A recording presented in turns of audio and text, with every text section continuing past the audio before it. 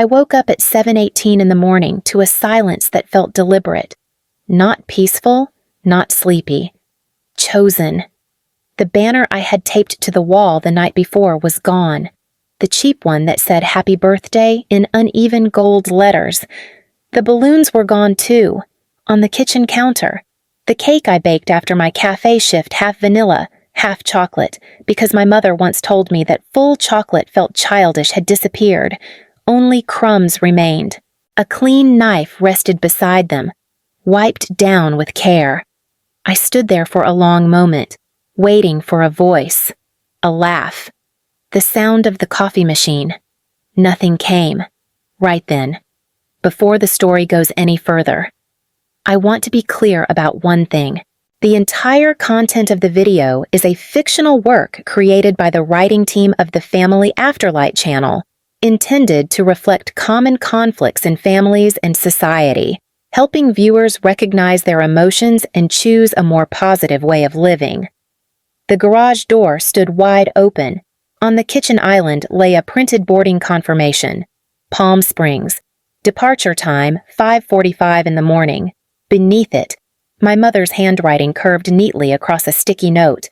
"We needed a few quiet days. You understand?" The words sat there like they expected forgiveness. My phone buzzed in my hand. For half a breath, hope flared soft, stupid, automatic. Then the screen lit up with a deposit alert from my bank, $64.27, my paycheck from the cafe. A full week of early mornings and burned fingers, reduced to a number that barely covered groceries. A short laugh escaped me. It sounded wrong in the empty kitchen. They hadn't forgotten my birthday. Forgetting would have been accidental. This had been planned, booked, printed. I didn't call after them. I didn't text. I didn't post anything online about being alone on my birthday. If you've ever been in that position, standing in a house that suddenly feels like borrowed space, you know how loud restraint can be. If this moment feels familiar, stay with me. And when this chapter ends, tell me in the comments where you're listening from. Sometimes it helps to know you're not the only one who has stood in a quiet room like this. I carried my coffee to the small desk in my bedroom and opened my laptop. Years of files stared back at me. Designs, posters, typography experiments, things my father once dismissed as cute, things my sister Sienna liked to joke would never pay rent. For a few seconds, my fingers hovered over the trackpad. The urge to close everything pressed hard against my chest. Waiting would have been easier. Waiting always had been. Instead, I created a new folder, then another. By the time the sun climbed higher, I had sketched the bones of a storefront. Nothing dramatic. Clean lines, neutral colors, my name in small type at the bottom. I wasn't trying to prove anything yet. I just needed to breathe without asking permission. Before shutting the laptop, I tore a scrap of paper from my notebook and wrote 2 words in thick ink. 7 days. I taped it to the wall where the birthday banner had been. The house stayed quiet. This time, the silence didn't feel like punishment. The notification stayed on my screen longer than it should have. Deposit received, $64.27. I stared at the number until it stopped looking real. That was 7 mornings of burned coffee and polite smiles. 7 nights of aching feet. That was what my independence was worth in this house. My phone buzzed again. A message from my mother finally appeared. "We landed. Everything okay?" The timing almost made me laugh. I typed back 1 word. "Fine." The dots appeared, vanished, then appeared again. "You're quiet," came the next message. "Don't overthink. We'll celebrate when we're back." Celebrate. The word felt out of place, like it belonged to someone else's life. I locked my phone and pushed it aside. The house was still empty. Too empty for a family that claimed they needed togetherness. I moved through the rooms slowly, noticing details I had trained myself to ignore. The framed family photos in the hallway, me always standing slightly to the side, Sienna always centered, my father's arm around her shoulder like a statement. From the living room, my sister's voice echoed in my memory, sharp with casual certainty. You're lucky you can stay home and draw. Some of us have real pressure. Lucky. I opened my laptop again. The storefront I had sketched the night before waited quietly. Unfinished, but patient. My cursor hovered over the publish button. My chest tightened. Another voice surfaced. Older. Heavier. My father's, from years ago at the dinner table. Hobbies are fine. Noelle. Just don't build your future on them. My fingers shook, not from fear this time, from recognition. I hit publish. The page refreshed. My name appeared at the top, small but unmistakable. A soft chime sounded. One order. Someone I had never met had chosen something I made with my hands. The amount wasn't much, $32 and some change. Still, it landed differently than the cafe deposit. This wasn't survival money. This was choice. My phone lit up again. This time, it was Sienna. Mom said you're being weird. You good. The word weird carried years of history. I typed back slowly. I'm busy. Busy with what your little designs I didn't answer. Instead, I opened a blank document and began listing everything I had paid for in this house without comment. Utilities, groceries, software subscriptions my father used for his side projects. A quiet pattern emerged on the page, undeniable once written down. By the time the sun dipped lower, another order came in, then another. I didn't smile. I didn't celebrate. I reached for the scrap of paper taped to the wall and traced the ink with my thumb. 7 days wasn't a threat. It was a promise. I woke before the alarm, the house still quiet in a way that no longer felt sharp. Coffee brewed. The chipped mug waited in my hand, the one Sienna once laughed at for trying too hard. Dream Bigger curved across the ceramic. I turned it so the words faced me. On the kitchen table, I opened a yellow notepad and wrote a heading in thick strokes. Action, not anger. The pen paused. My hand wanted to list grievances. It wanted to underline birthdays missed, dinners eaten without me, jokes passed around like currency. I flipped the page and kept the heading. The first call connected after 2 rings. Property management. This is Alex. My voice stayed steady. I'm calling about the utilities for the Hartman residence.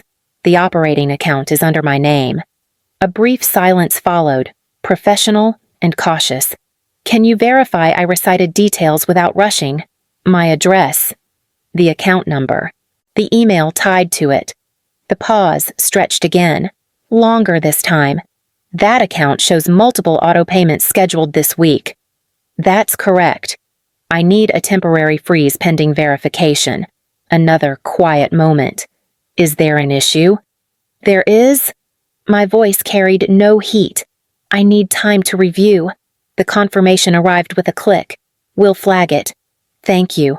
I set the phone down and breathed once. Not relief. Control. The next call felt heavier. A calm woman answered from the credit issuer. How can I help today? I need to remove authorized users from my primary account. Names followed. My mother, my father, my sister. A pause. That will impact their access immediately. I understand. May I ask why I looked at the notepad? Action. Because the account is mine. The line stayed open. All right. The changes are processing. When the call ended, my hands didn't shake. That surprised me most. A text arrived from my mother minutes later. The power company emailed. Something about a review. Did you touch anything I typed slowly? I'm handling my accounts. 3 dots appeared, then stopped. Another message came through, sharper this time. This isn't funny. I didn't answer. The phone buzzed again. Sienna's name lighting the screen. What did you do?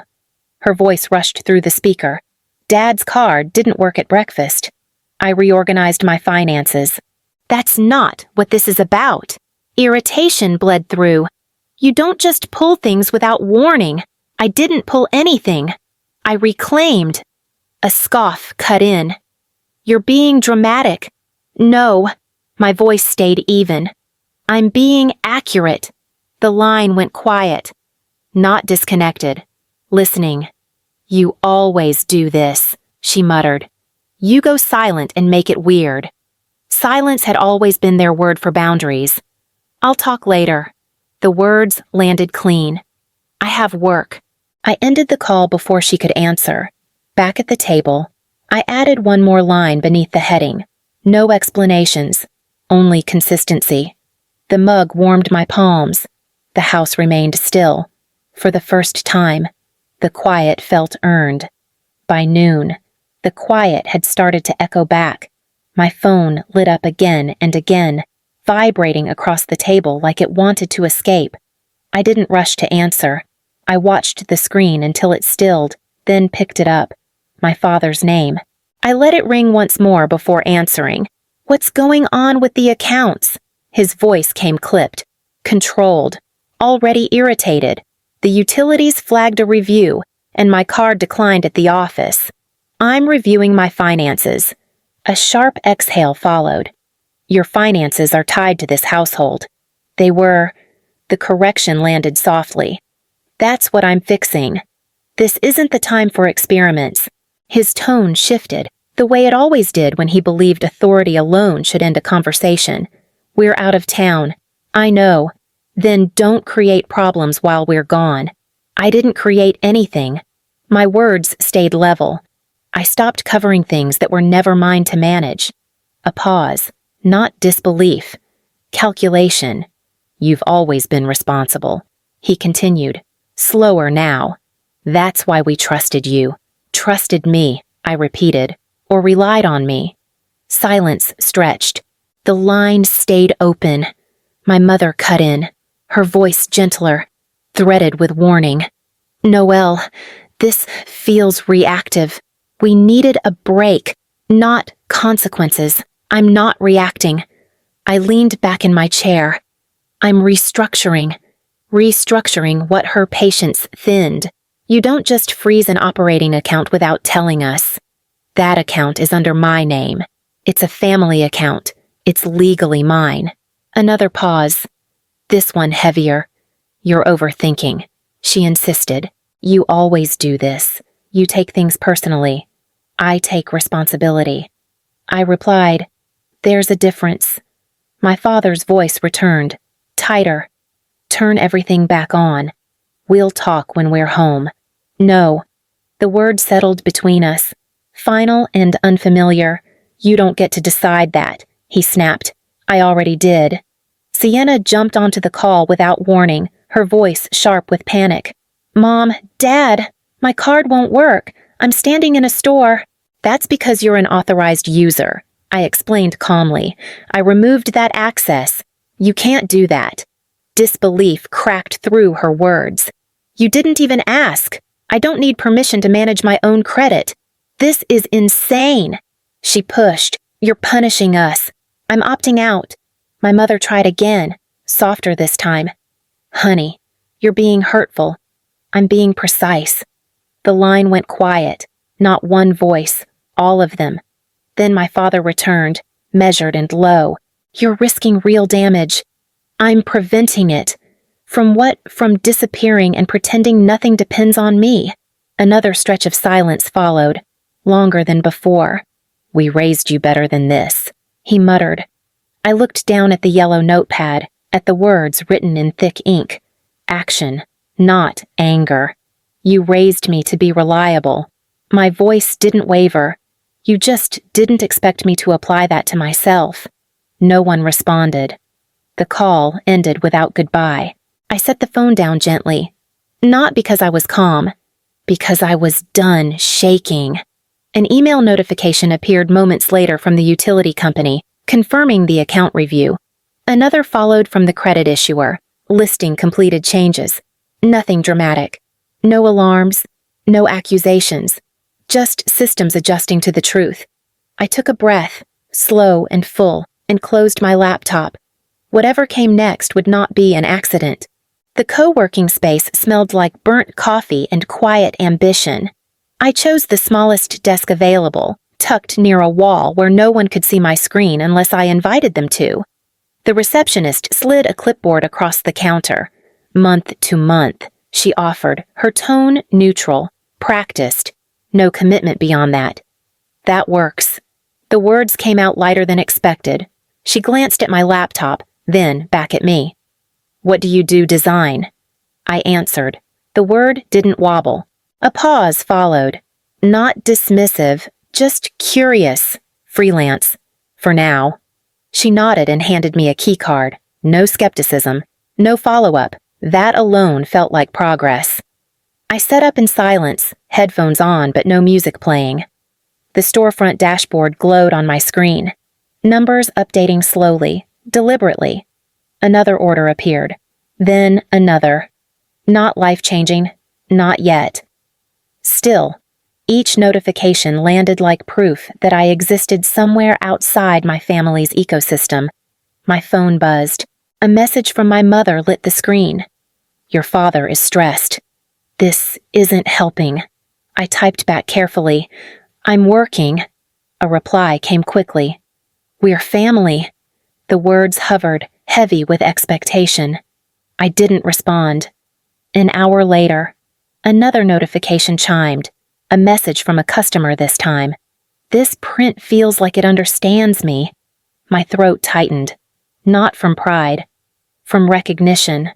I answered with a simple thank you and went back to work.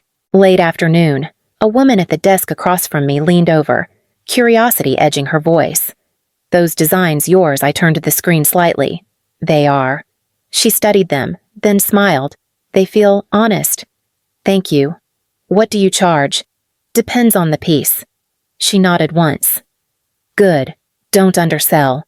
She returned to her screen without another word. No lecture, no advice about being practical, just acknowledgement. Another message came through, this time from Sienna. Mom's crying. Dad's furious. Was that the point I stared at the text? The old instinct to soothe rose automatically, sharp and familiar. I typed. Erased. Typed again. This isn't about you. The reply took longer. Then why does it feel like it is? Because it always had been. Because my silence had always funded their comfort. I didn't send that. Instead, I locked my phone and focused on the next design. A simple phrase in clean type. Silence is not absence.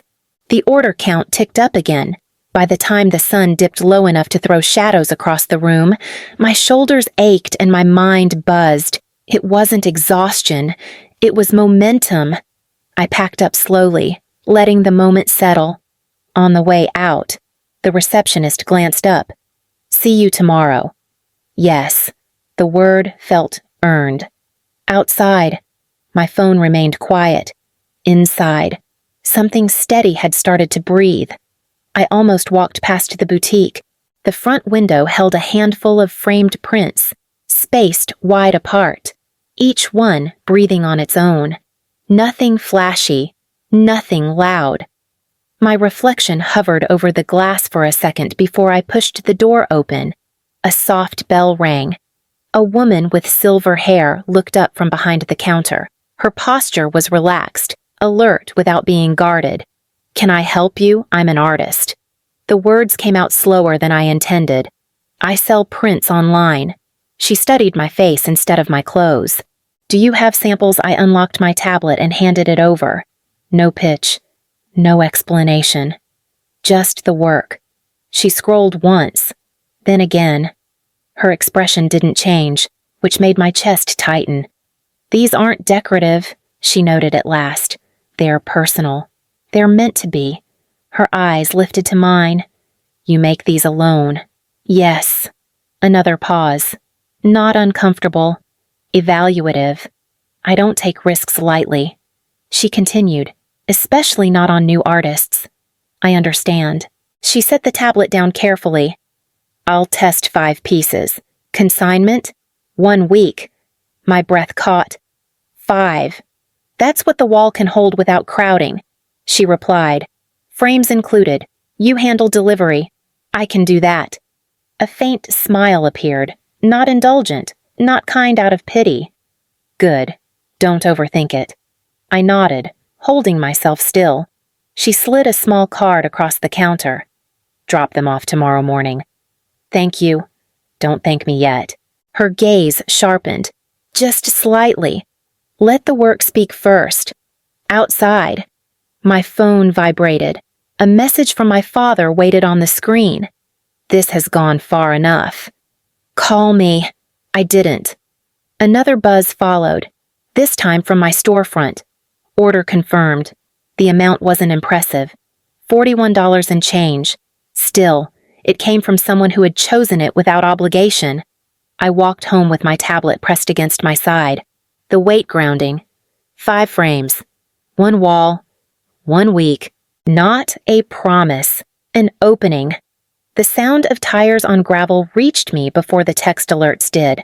I stood by the window of my apartment, coffee cooling in my hand, as the black SUV turned into the driveway across the street, the same one my father liked to call an investment, though everyone knew it was about appearances. The engine cut. Doors opened. My mother stepped out first, sunglasses still on, skin bronzed from days in the desert. Her body language carried vacation confidence, the kind that assumed everything would be waiting exactly as it had been left. My father followed, already checking his phone, jaw tight with irritation that had nothing to do with family. Sienna came last, dragging 2 oversized suitcases behind her like proof that she had enjoyed herself. The front door opened. My mother's voice floated out, light and rehearsed. "We're home," Silence answered. Her posture shifted. Not alarmed yet, just confused.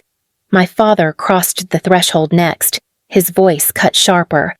"Why is it so dark in here?" Sienna dropped her bags and ran up the stairs. Footsteps pounded. A moment later, panic tore through her tone. "Mom, my laptop's gone. My jewelry box is empty. What, my mother's calm fractured." My father's phone slipped from his hand when he reached the living room. "Where's the cabinet?" He looked around, disoriented. "Where's the file safe in the center of the wall, taped neatly where the television used to hang?" A single sheet of paper waited. Hope the quiet was worth it. My mother's voice went brittle. "Robert, did you move things? I didn't touch anything." Sienna rushed back downstairs, face pale. "This isn't funny. Someone's been in our house." My father scanned the room, anger climbing fast. "Call the police." My mother froze mid-step. "Wait." Her gaze lifted. She saw me. Through the glass of my balcony doors, she took in the furniture behind me. The desk, the monitor, the locked cabinet now resting against my wall. Recognition hit her in stages. Shock first, then something like fear. She crossed the street without looking both ways, heels striking pavement too hard. By the time the elevator chimed, my door was already open. The moment she stepped inside, words spilled out sharp and uncontrolled. "What did you do?" "Noelle, what I always did." My voice stayed level. "I cleaned up what was tied to me." "This isn't cleaning." Her hands shook as they gestured around the room. "You took our things. I took what I paid for. What was under my name?" Her mouth opened, closed. That safe was private. That safe was registered to my account. Her breath hitched. "You don't get to decide this on your own. I already have." The elevator chimed again. My father stormed in, anger leading him. "You think this is clever? You could have cost us thousands of dollars." "I already did." The truth landed calmly. The operating account was under my authorization. I froze it for review. His face drained of color. "You can't just—" "I didn't report the LLC," I continued evenly. "Yet, you registered it using my social security number." Silence slammed into the room. Sienna hovered behind him now, eyes wide. No sarcasm left. "You actually moved out. I moved forward." My mother's voice softened. Desperate. "Honey, we didn't mean to hurt you. We just needed space." On my birthday, the words came quietly, before sunrise. No message, no call. She reached for me and stopped halfway, like she'd forgotten how distance worked. My father spoke again, smaller this time. "We can fix this." I stepped back. Just enough. You don't fix something by pretending it never broke. Across the street, their house sat open and exposed. Here, my door closed with a soft, final click. The silence after the door closed felt heavier than the shouting before it. My mother stood frozen in the hallway, hands pressed together like she was trying to hold herself in one piece. My father paced once, then stopped, his confidence unraveling in small, visible ways. Sienna leaned against the wall, quiet for the first time in her life. "This isn't how families work," my mother finally pushed out, her voice tight with restraint. "You don't just lock people out. I didn't lock anyone out." My words stayed measured. I stepped out. My father turned sharply. "You embarrassed us." Neighbors saw everything. That wasn't the worst part. I answered without hesitation. His jaw clenched. "Then, what was? You didn't forget my birthday." The sentence landed calmly, deliberately. "You just didn't think I'd notice." My mother's breath caught. Her eyes filled, not with anger, but recognition. "That's not fair. It's accurate." Sienna swallowed hard. "You always seemed fine. You never complained." I learned early that complaining didn't change anything. My father's voice dropped. "So this is punishment. This is consequence." He shook his head slowly. "You're tearing this family apart." "No," I corrected. I stopped holding it together by myself. My mother stepped closer. Careful, like approaching something fragile. "We thought independence meant you didn't need us. It meant I learned how to survive without you." The truth came out steady, practiced. Those are not the same thing. Tears slipped free now, her composure cracking. "You could have talked to us." "I did. For years." My gaze didn't waver. "You just heard silence because it was convenient." My father exhaled, long and tired. "What do you want?" "Noelle." The question surprised him as much as it surprised me. "I want boundaries." The words came easily now. "I won't be your backup plan. I won't be the quiet solution to problems you don't want to face." Sienna finally spoke, her voice small. "Are you cutting us off?" "I'm choosing myself." The room settled into something raw and exposed. No accusations left, no leverage to pull. My mother nodded slowly, like someone accepting a diagnosis. "Can we talk again?" "Not like this." Eventually, I stepped back toward the door. "But not today." My father looked around the apartment. At the desk, the framed print leaning against the wall, the life taking shape without them. "You planned this. I prepared. I corrected. There's a difference." The elevator chimed down the hall, a quiet reminder that exits existed. As they left, my mother paused at the threshold. "I see you now." I held her gaze. Steady. "I've always been here." The door closed gently behind them. For the first time, the quiet felt owned. Morning arrived without urgency. Light filtered through the window, steady and unannounced, like it had always been mine. I poured coffee and checked my phone.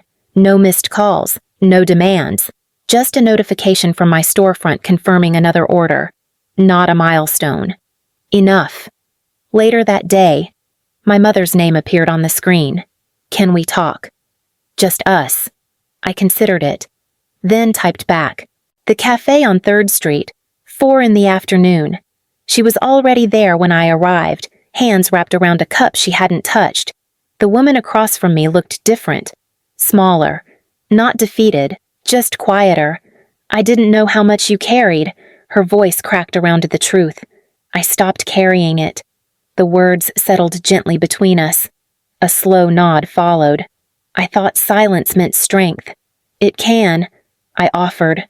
"Just not when it's forced." She reached across the table, then hesitated, respecting the space. "You built something beautiful." "I built something honest." We sat there without rushing to fix the past. Some things don't need repair. They need acknowledgement. That night, I stood on my balcony, watching the street below. Across the way, their house glowed again, power restored after paperwork and patience, not because I rushed to save it, but because I chose when to help. Inside, I peeled the scrap of paper from the wall. 7 days. I folded it once, then tucked it into a drawer. I didn't replace it. If you followed this far, you already understand something important. Growth doesn't always look loud. Sometimes it looks like boundaries. Sometimes it looks like walking away without slamming a door. And sometimes it looks like choosing yourself without apology. If this story resonates, take a moment to share where you're listening from or what part stayed with you. Stories like this live longer when they're shared. I turned off the light and let the quiet settle. This time, it didn't feel empty. It felt earned.